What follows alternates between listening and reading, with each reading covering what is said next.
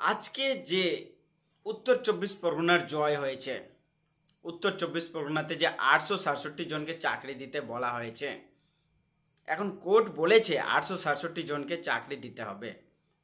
এখন ডিপিএসসিকে বলেছে এবং 2 মাসের মধ্যেই দিতে হবে। তো 2 মাসের মধ্যে একটা খুশির খবর ওই 867 জনের বাড়িতে আসবে। এখন ওই 867 জন কে আছে? হতে পারে 867 জন যারা পিটিশনার আছে তারাই পিটিশনার প্রিফারেবল পাবে, এবং নন জয়নিং যারা আবার বেঁচে গেল পিটিশনারের পর, তাদের মধ্যে থেকে আবার মেরিট হতে পারে। তো বলা যায় না কার কার হবে, কিন্তু একটা খুশির খবর এটা যে 867 জনের মুখে হাসি খুলবে। সেই 15 বছর পর, একটু বিস্তারিত বললে আরও ভালো হয়। সেই 2009-এ ফর্ম ফিল আপ হয়েছিল, গোটা ওয়েস্ট বেঙ্গলে হয়েছিল। তারপরে গোটা ওয়েস্ট বেঙ্গলের মধ্যে 4টা ডিস্ট্রিক্ট বাদ দিয়ে বাকি সব ডিস্ট্রিক্ট নিজের রিক্রুটমেন্ট প্রসেসটা কমপ্লিট করে দেয়। বাকি থাকে মালদা, উত্তর চব্বিশ পরগনা, দক্ষিণ চব্বিশ পরগনা এবং হাওড়া। একটা সময় আসে হাওড়াও নিয়োগ দিয়ে দেয়। তারপরে আরেকটা সময় আসে যখন মালদা, উত্তর চব্বিশ পরগনা ফার্স্ট লিস্টটা দিয়ে দেয়। প্রায় মালদা 1120 জনের মতো লিস্ট বের করে, 1331টা ভ্যাকেন্সি ছিল। তার মধ্যে আবার পরে 5% এক্সট্রা লিস্ট বের করে, প্রায় 100 জনের। তারপরে উত্তর চব্বিশ পরগনাও করে 5% লিস্ট। তারপরেও যেহেতু 2009-এর, এবং তখন একটা ক্রাইটেরিয়া ছিল পরীক্ষায় বসার, সেই ক্রাইটেরিয়া হচ্ছে মিনিমাম জেনারেল কাস্টে 70% মার্কস থাকা চাই, 65% মার্কস থাকা চাই, এসসিতেও ঠিক ওইরকম কিছুটা কম, এসটিতে আর কিছুটা কম, ওবিসিতে এরকম। এ তো প্রত্যেকটা ক্যাটাগরির একটা হাইফাই মার্কস ছিল সেই পরীক্ষায় বসার জন্য। তারপরে পরীক্ষা হয়, পরীক্ষা বাম আমলে হয়েছিল বলে মমতা ব্যানার্জি 2011 সালে যখন টিএমসি সরকার নিয়ে আসে, তখন সে বলে সেটা আর চলবে না, এখন আবার পরীক্ষা দিতে হবে। 2014 সালে সেই পরীক্ষাটা আবার হয়, সেই পরীক্ষার রেজাল্ট হয়। 2015 সালে আবার ইন্টারভিউ হয়, ইন্টারভিউ হয়ে আবার আটকে যায়। এখন ফার্স্ট, যেহেতু এতদিনের পুরনো প্যানেল আর যেহেতু ভালো ভালো স্টুডেন্ট ছিল, অনেকেই কেউ ব্যাংকে গেছে, কেউ ইঞ্জিনিয়ার হয়েছে, কেউ ডক্টর হয়েছে, কেউ আরও বড় বড় চাকরিতে চলে গেছে। তাই যতটা লিস্ট দিচ্ছে তার 50% ছেলে হয়তো জয়েন করছে, 50% ছেলে জয়েন করতে পারছে না, কারণ সে অলরেডি বড় চাকরিতে আছে। এখন সেই হিসাবে এই মালদা, উত্তর চব্বিশ পরগনা, দক্ষিণ চব্বিশ পরগনা এদের খালি ভ্যাকেন্সিগুলো থেকে যায়। এখন রাজশেখর মান্থার সাহেব, শ্রী রাজশেখর মান্থার সাহেব এটাই এখন বলছেন যে ওই সময়ের যেটা সিট খালি ছিল, যেমন মালদায় 1331টা, তো ওই সময়ের 2009-এরই ক্যান্ডিডেট দিয়েই ফিল আপ করতে হবে। সাপোজ 1331-এর মধ্যে 700-750 জন জয়েন করেছে, তো বাকিটা এখনই 450-500 ভ্যাকেন্সি আছে, সেটা ওই 2009-এর ক্যান্ডিডেট দিয়েই করাতে হবে।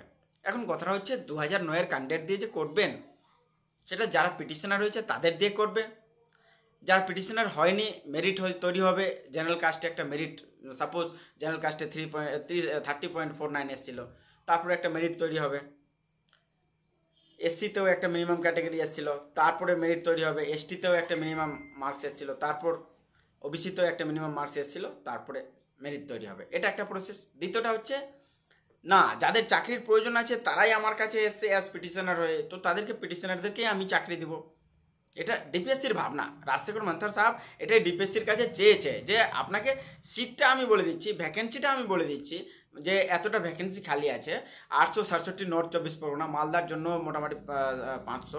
তো এই 500 ভ্যাকেন্সিটা ওই সময়ের ক্যান্ডিডেটদেরকে নিতে হবে। এখন ক্যান্ডিডেট কে হবে? পিটিশনার হবে না মেরিট লিস্ট হবে?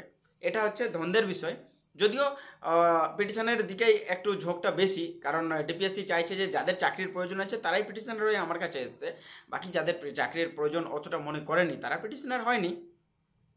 তো এখন দেখার বিষয় আছে সেই আগামী এজলাসে, আগামী জাজমেন্টে, আগামী ডিপিএসসির যে 2 মাসের মধ্যে যে টাইম দেওয়া হয়েছে তাতে ও কাকে প্রিফারেবল করে সেই সেকেন্ড লিস্টটা বের করছে। তবে এই 867 উত্তর চব্বিশ পরগনার ক্ষেত্রে মুখে হাসি ফুটবে। প্রায় 450-500 জন মালদার যে ছেলে মেয়ে সে চাকরি পাবে, তাদের পরিবারে তাদের মুখে হাসি ফুটবে। তো ধন্যবাদ ফ্রেন্ড। আরও কিছু আপডেট থাকলে অবশ্যই আপডেট আমি এই ভিডিওতে দিয়ে দিব আপনাদেরকে।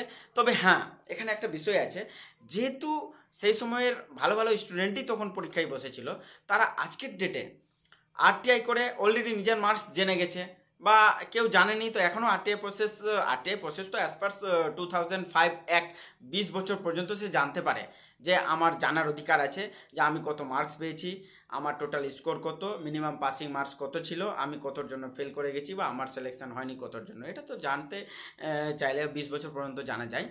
তো অলরেডি বেশিরভাগ স্টুডেন্টই নিজের নিজের মার্কস জেনে গেছে যে ঠিক আছে, কেউ বলছে যে জেনারেল কাস্টে মালদার ক্ষেত্রে 30.49 ছিল, আমার আছে 28.42, যদি মেরিট হয় তাহলে যদি 200টা ভ্যাকেন্সি থাকে তো আমার হওয়ার চান্স আছে যে হয়ে যাবে।